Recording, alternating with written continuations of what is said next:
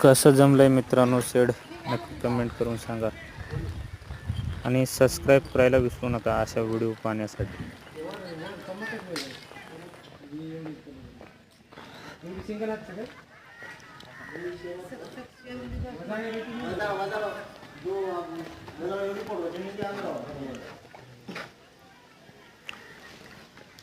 polish कर दे